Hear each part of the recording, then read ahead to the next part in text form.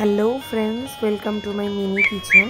आज के আমি স্টিপ স্টাইল নুডলস রেসিপি দেখাবো আপনাদেরকে। এটা খেতে খুবই টেস্টি হয়। এটার জন্য আমার লাগছে ক্যাপসিকাম, পেঁয়াজ, বিনস,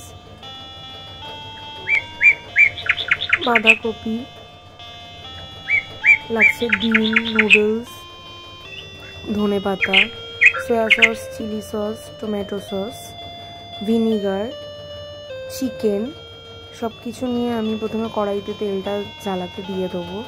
তারপরে একে একে আমি সমস্ত ভেজিটেবলসগুলো দিয়ে দেবো। প্রথমে জল গরম করে আমি নুডলসটা গরম করে নিয়েছিলাম।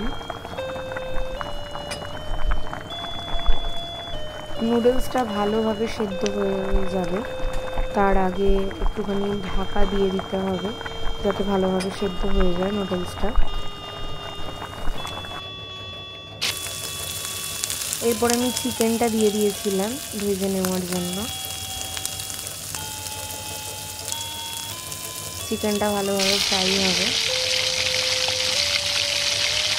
চিকেনটা হয়ে গেলে একে একে আমি পেঁয়াজ, রসুন, আদার কুচি, ক্যাপসিকাম, বিন আর বাঁধাকপি দিয়ে ভালোভাবে নাড়াচাড়া করে নেব।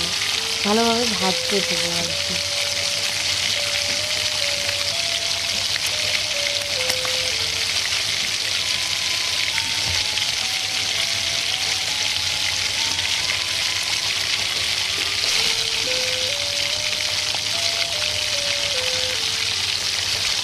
এটা ভালোভাবে ভাজা হবে যতক্ষণ না সবজিগুলো প্রায় 80% মতন সেদ্ধ হয়ে যাচ্ছে।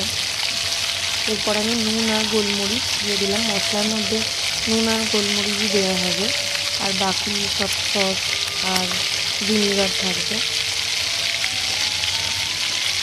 এরপর আমি এখানে ডিমটাও ইউজ করে নিয়েছিলাম। ডিমটাকেও ভালোভাবে ভেজে নিতে হবে যাতে ডিমের কাঁচা গন্ধ না থাকে।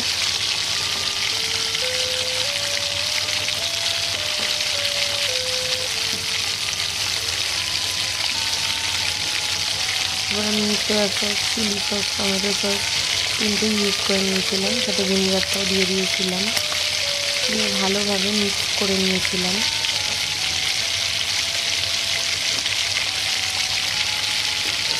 এরপরে আমি এটার সাথে নুডলসটাকে অ্যাড করে দিলাম। দিয়েও ভালোভাবে মিক্স করে নিতে হবে নুডলসের সাথে সবজিগুলো। তারপর আমি নুডলসের মশলাটা এর মধ্যে দিয়ে দিয়েছিলাম।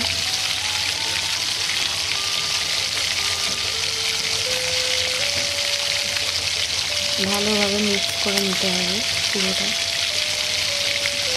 ওপর থেকে আমি একটু গার্নিশ আর টেস্টের জন্য ধনেপাতা দিয়ে দিয়েছিলাম। রান্নাটা কমপ্লিট।